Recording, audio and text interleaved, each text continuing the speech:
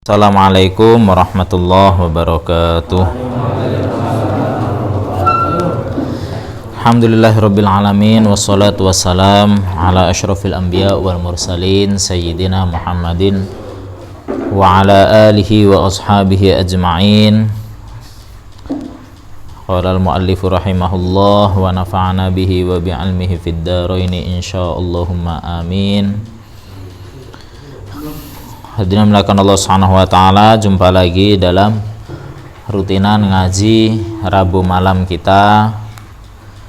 Dan alhamdulillah kita sudah melakukan tadarus sebelum kita menambah kajian atau menambah khazanah keislaman kita. Dan semoga Allah Subhanahu wa taala selalu berikan kita keberkahan, selalu berikan kita istiqomah, selalu berikan kita taufik dalam mengamalkan dan menjalankan perintah Allah Subhanahu wa taala. Allahumma amin. Baik, kita malam ini malam yang mulia. Kita akan mengambil tentang adabus suhbah ataupun adab-adab suhbah antara anak kepada orang tua. Kemarin kita sedikit untuk mengulas lagi Imam Ghazali, ya kan, Bidayatul Hidayah, permulaan petunjuk. Yang pertama membagi kitabnya menjadi 3. Yang pertama adalah awamir ataupun perintah-perintah. Yang kedua nawahi ataupun larangan-larangan. Ada larangan zahir 7 anggota badan, ada larangan batin, adalah larangan dalam hati, sifat-sifat dalam hati. Di antaranya ada 3 sifat utama yang kita jauhi adalah pertama apa? Hasad, iri. Yang kedua riya, ya kan? Yang ketiga ujub, merasa bangga ataupun merasa diri bahwasanya kebaikan ini terwujud karena kita. Lalu yang ketiga adalah adabus suhbah, adab-adab suhbah. Suhbah itu artinya adalah bersahabat ataupun orang yang dekat bersama kita, suhbah. Maka Imam Ghazali membaginya menjadi beberapa bagian. Pertama, seorang manusia ini pasti tidak lepas namanya berdekatan, namanya suhbah dengan Allah Subhanahu wa taala. Dengan Allah. Kemarin kita sudah bahas bagaimana suhbah kita kepada Allah Subhanahu wa taala, bagaimana adab-adab kita kepada Allah Subhanahu wa taala. Dan pastinya semua manusia, ya, semua manusia siapapun itu pastinya mereka sangat haus dan membutuhkan satu kekuatan yang bisa melipur kesedihan mereka, melipur ketidaktahuan mereka, menjawab kesedihan, kenistaan mereka. Kemarin kita kisahkan bagaimana seorang yang ateis, tidak percaya Tuhan, naik pesawatnya oleng, ya kan, habis itu teriak apa?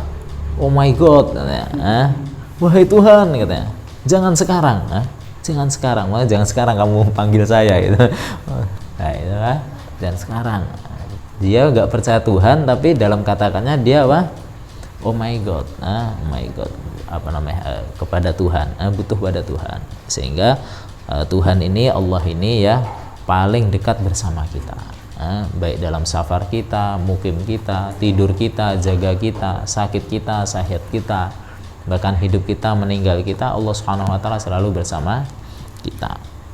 Yang kedua adalah bagaimana adab seorang murid kepada guru dan guru kepada murid.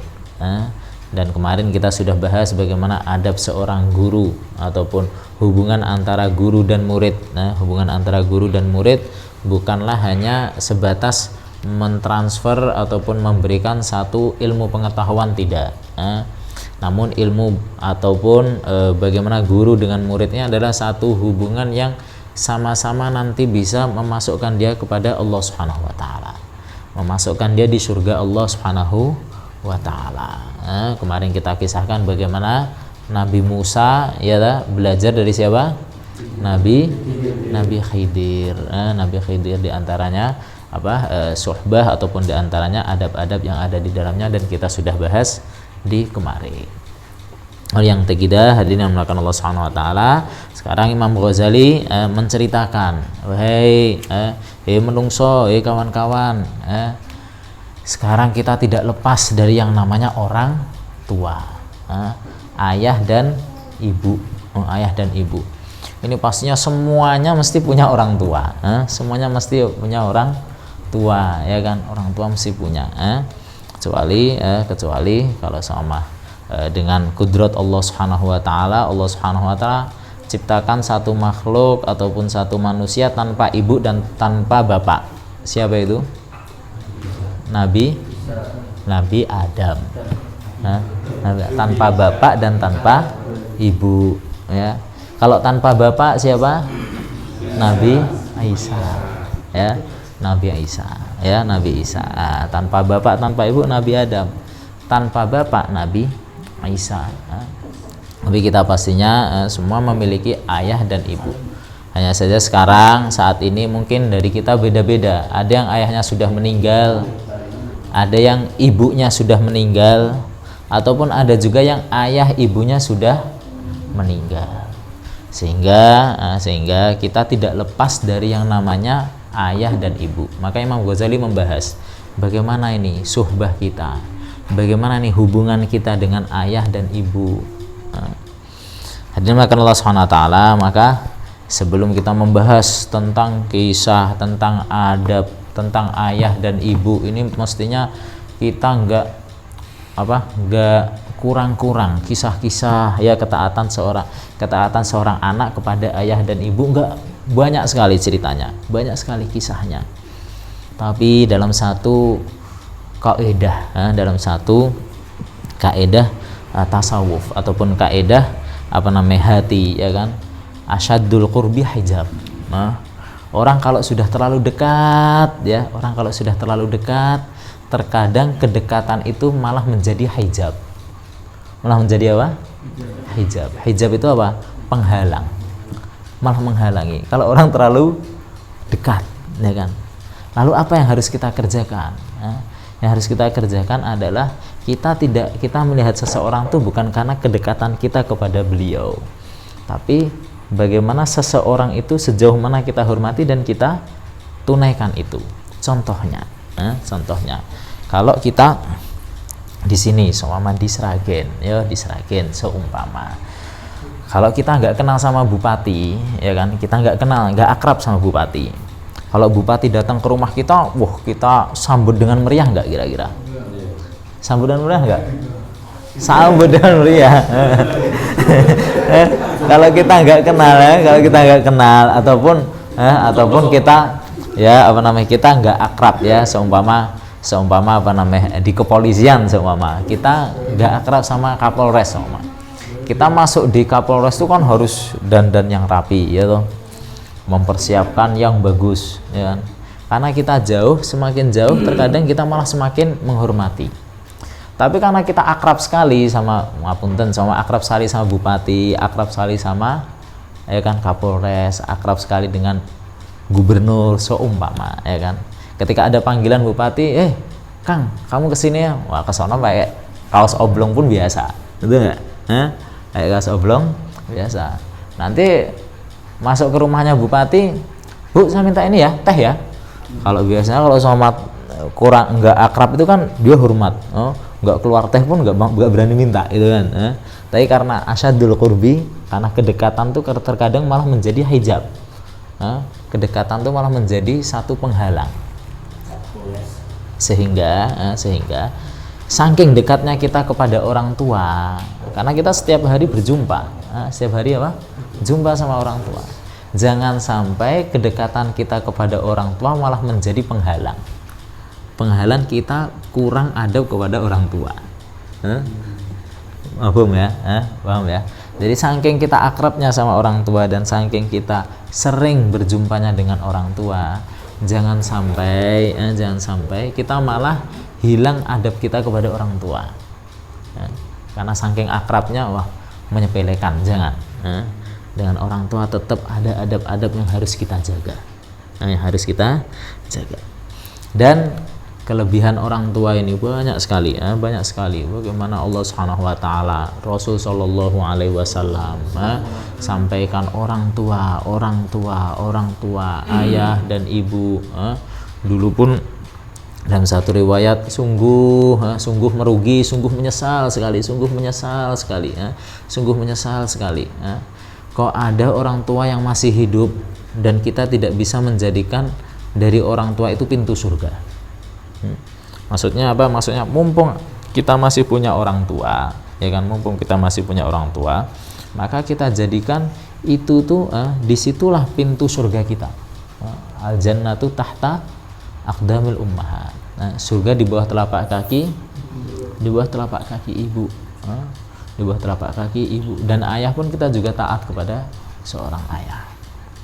Juga hadirin Allah, bagaimana kepada orang tua, ya kan, Allah Subhanahu wa taala dalam beberapa ayat, ya kan, selalu menyuruh apabila ada perintah, ya kan, ada perintah, satu perintah dan disertakan perintah lain, berarti dua itu saling menyempurnakan, saling penting. Kamu pergi ke Solo, nanti pergi ke Sragen, jangan pergi Solo aja dan nggak pergi ke Sragen, jangan. Kamu pergi ke Solo dan kamu pergi ke Sragen, kamu nanti makan dan minum, berarti kamu harus makan juga harus minum, paribasannya kayak gitu. Nah, ini perintah Allah Subhanahu wa taala, perintahkan ati Allah wa ati'ur Rasul. Taatlah kamu kepada Allah dan taat kamu kepada Rasul. Boleh nggak kalau kita taat sama Allah tapi nggak taat sama Rasul? Nggak boleh, nggak bisa. Dalam Al-Quran, ya, difirmankan aqimus sholah, dirikanlah sholat, ya kan. Sholat, tata cara sholat gimana? Dalam Al-Quran diceritakan enggak? Enggak diceritakan. Zuhur 4 rakaat, subuh 2 rakaat, ya kan, asar 4 rakaat, maghrib 3 rakaat, enggak diceritakan. Maka ati Allah, ikuti Quran, tapi sesuai wa ati'ur Rasul, sesuai apa? Sunnah Nabi SAW. Kita perintahkan sholat dalam Al-Quran, kita diperintahkan sholat nih, sholat. Nah, tata caranya gimana sholat, ya kan? Gini aja deh, subuh kita buat 4 rakaat karena waktunya kosong, ya, panjang, ya. Kalau zuhur 4 rakaat itu susah karena rolasan, capek, istirahat, rolasan, butuh makan, sibuk. Kita buat subuh 4 rakaat, zuhur 2 rakaat, kira-kira diterima nggak? Nggak diterima. Ati Allah, jadi perintah Allah juga perintah Rasul. Jadi perintah Rasul. Begitu juga dalam Al-Quran Allah Subhanahu wa taala firmankan, anishkurli wali walidaik. Bersyukurlah, berterima kasihlah kamu kepada aku, dalam surat Al-Luqman. Aku ini Allah Subhanahu wa taala. Kalau kita dapat nikmat, ya kan, syukur alhamdulillah. Kalau kita dapat apa-apa, kita ingat siapa? Allah Subhanahu wa taala. Anishkurli wali walidaik. Allah Subhanahu wa taala sampaikan, firmankan, kamu syukur kepada saya dan kamu syukur kepada siapa? Orang tua kamu. Jadi dua perintah yang disandingkan. Berarti ini suruh taat sama Allah dan suruh taat kepada kedua orang tua. Ya. Rasulullah SAW sampaikan, ridullah fi ridul walidain. Ridhonya Allah terletak dalam ridhonya siapa? Kedua orang tua. Sehingga nanti, ya, kita balik lagi, ya, kita hormat lagi ke orang tua, kita cium kedua tangan orang tua kita, ya kan, kita rawat kedua orang tua kita, yang sudah sepuh orang tuanya ataupun bahkan yang sudah meninggal, gimana tata cara kita berbakti kepada orang tua, nanti akan kita bahas satu persatu. Maka Imam Ghazali sampaikan, in kana laka walidan fa adabul waladi ma'al walidain. Pertama, ayasma'a kalamahuma. Apabila engkau masih memiliki kedua orang tua, maka adab seorang anak kepada kedua orang tua ialah yang pertama, ayasma'a kalamahuma. Kita harus mendengar perintah beliau ataupun ucapan beliau. Kita harus taat kepada ucapan beliau. Ini ada kisah, dalam kitab Riyadhus Shalihin. Dalam kitab Riyadhus Shalihin.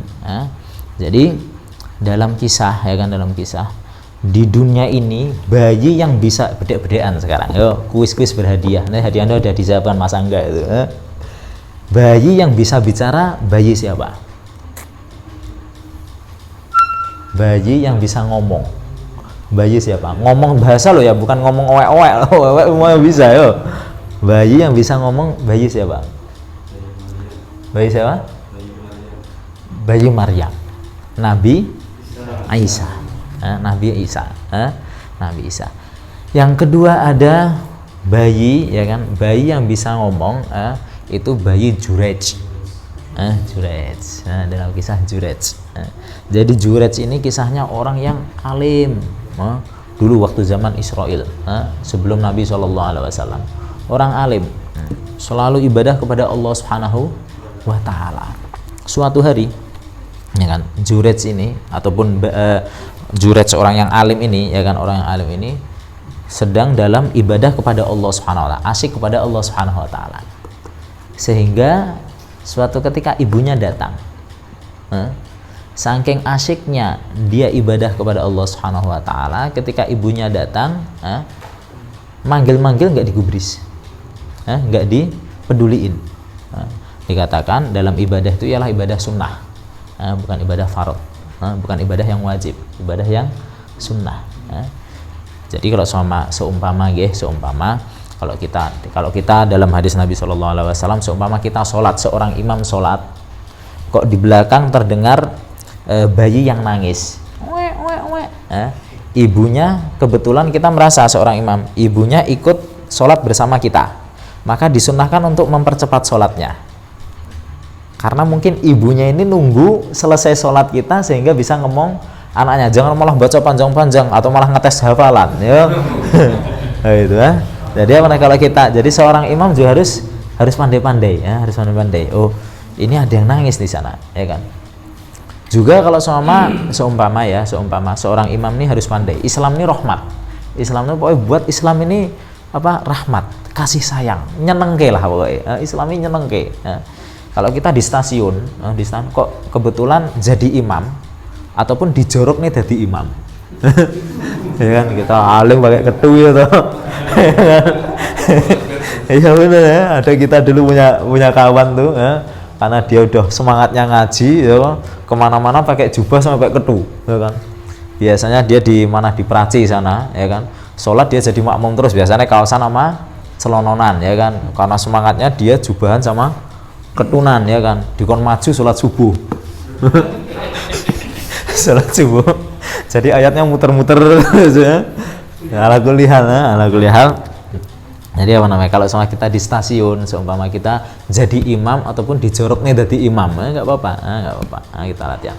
Jadi ketika di stasiun, mestinya orang ini keburu-buru mau ngejar kereta atau keburu mau pulang, gitu. Nah, maka kita paham-paham. Ketika kita baca, jangan baca ayat-ayat yang panjang, baca ayat pendek, yang paling bagus, ya kan, yang sering Nabi SAW lakukan ialah surat yang pertama, Qul ya ayyuhal kafirun, gitu. Apa semua nggih, Qul ya ayyuhal kafirun. Yang kedua, Qul huwallah. Rakaat pertama Qul ya, rakaat kedua Qul hu. Kalau sama ini Qul huwaile gitu ya. Itu Qul ya ayyuhal kafirun sama Qul hu. Itu jenengan mau safar, ya kan, ninggalkan rumah, sebaik-baik peninggalan kepada rumah itu adalah sholat 2 rakaat jenengan. Nabi SAW sampaikan.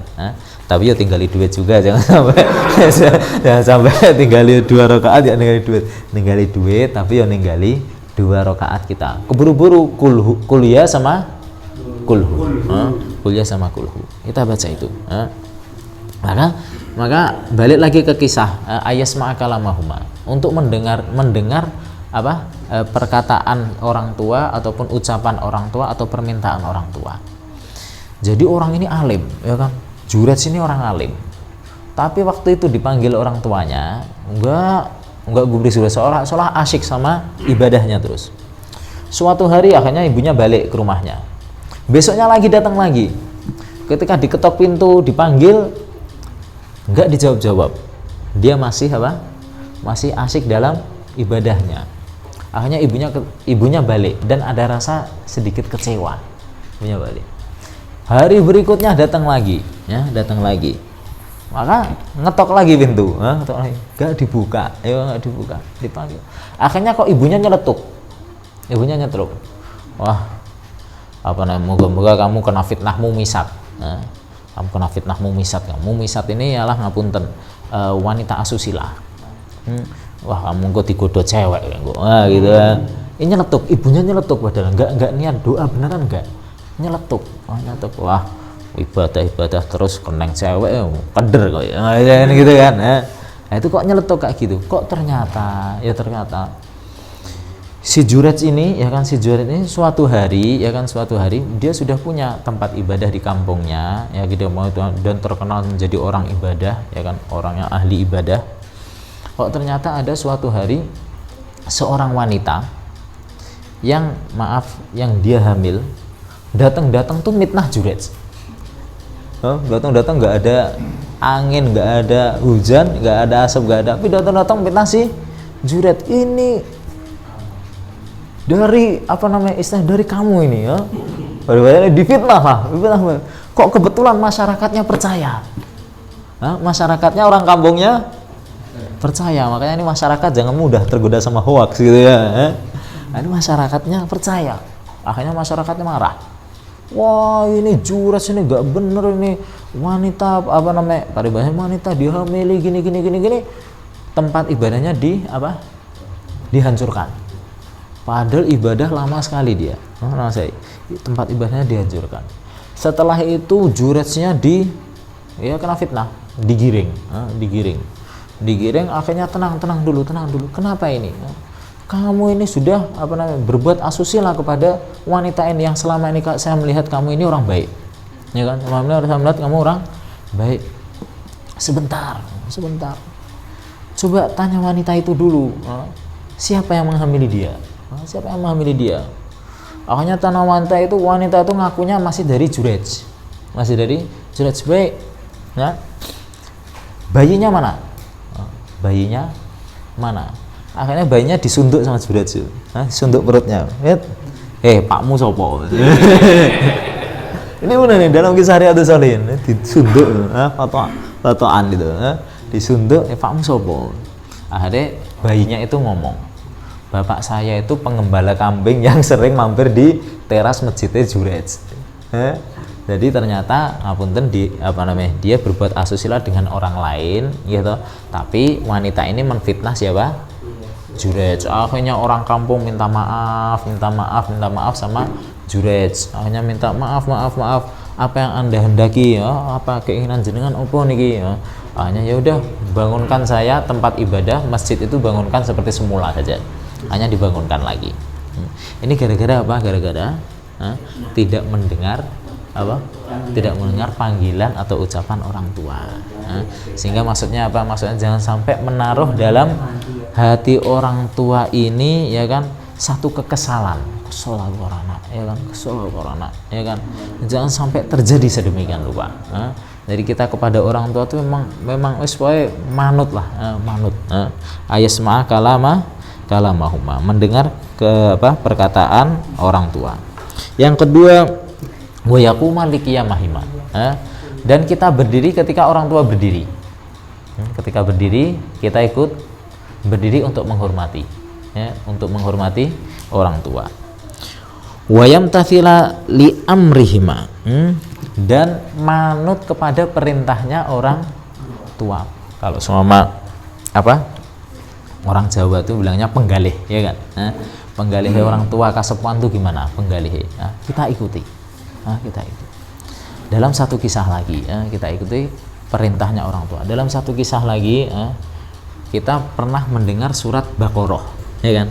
Surat Al-Baqarah setelah surat Al-Fatihah dalam Al-Quran. Kita juga pernah mendengar tentang sapi yang disembelih oleh Bani Israel, ya kan? Sapi yang pernah disembelih dari Bani Israel. Sayyidina Musa nyuruh Bani Israel, "Nang, kaum, beliau sapi." Ya kan, beliau sapi.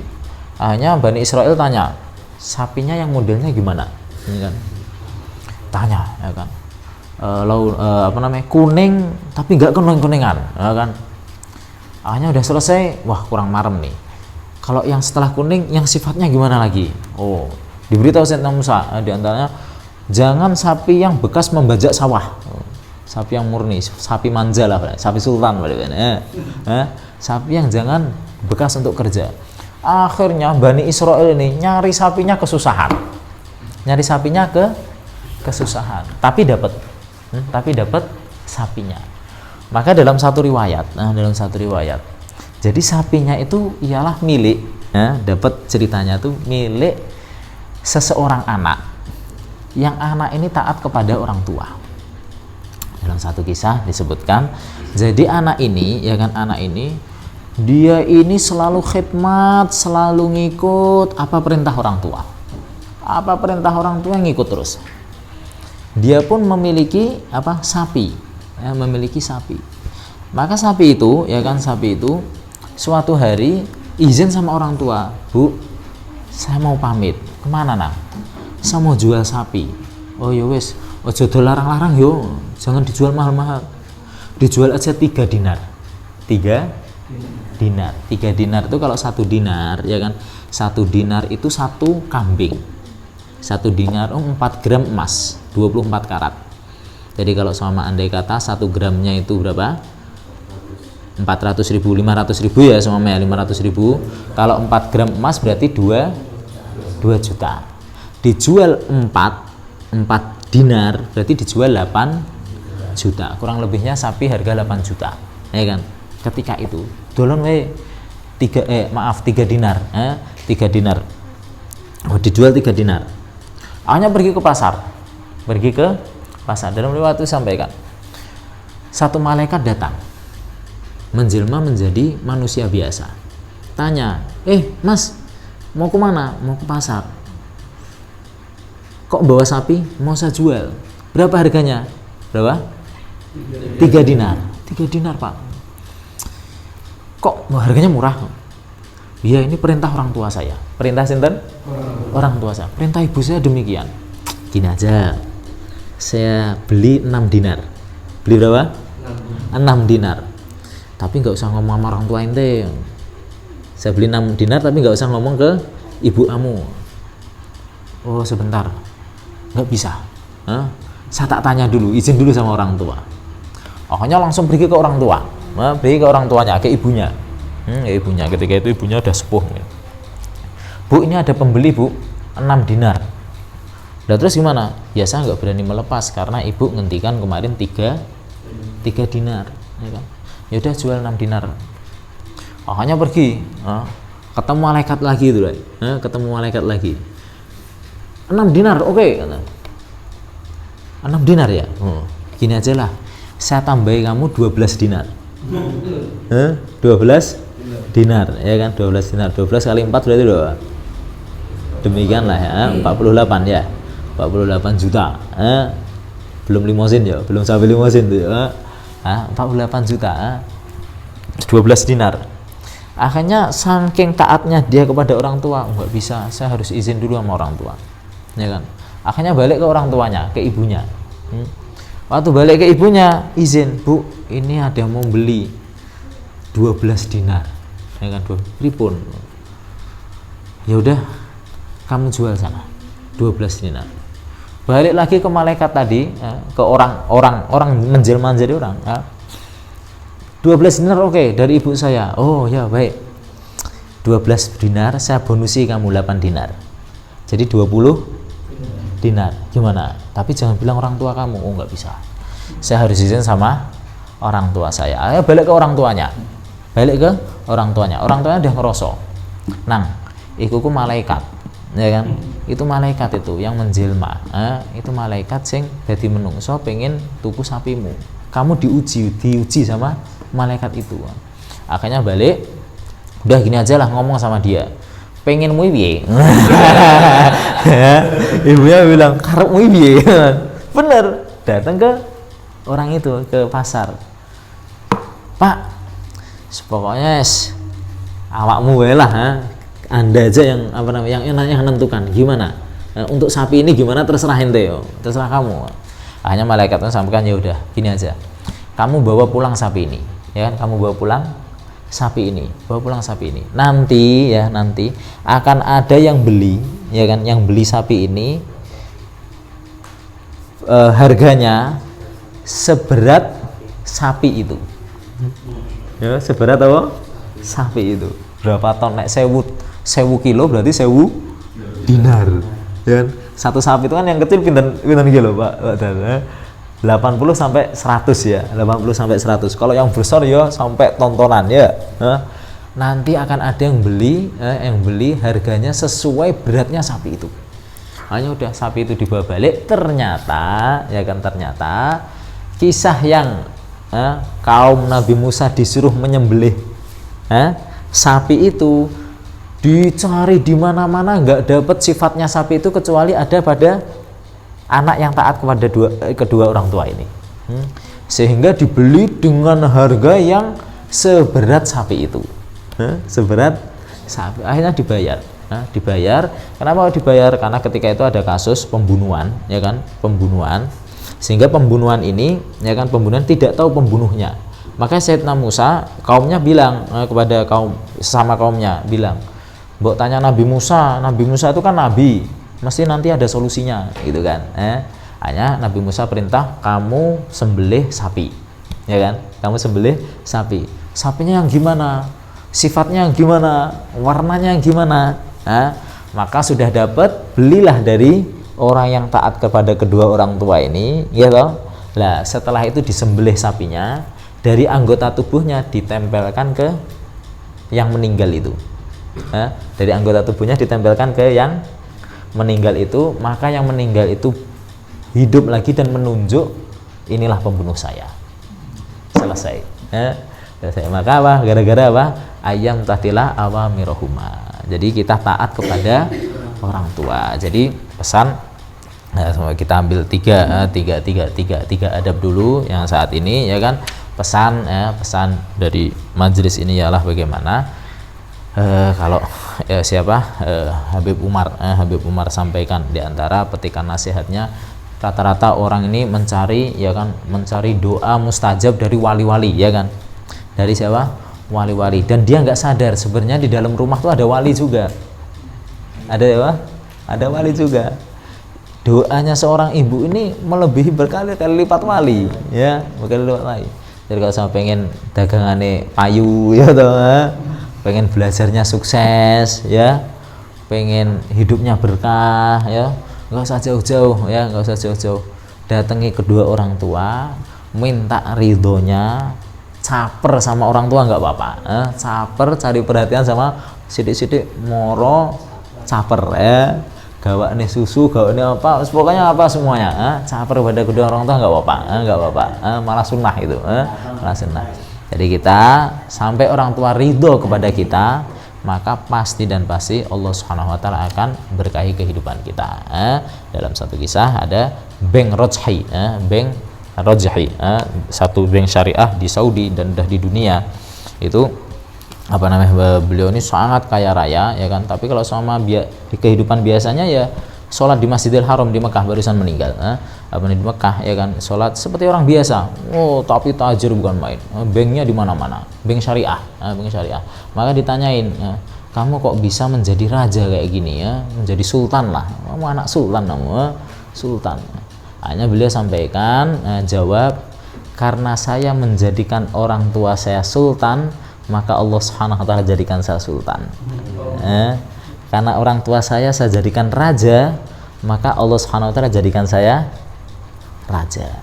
Asbab dari apa?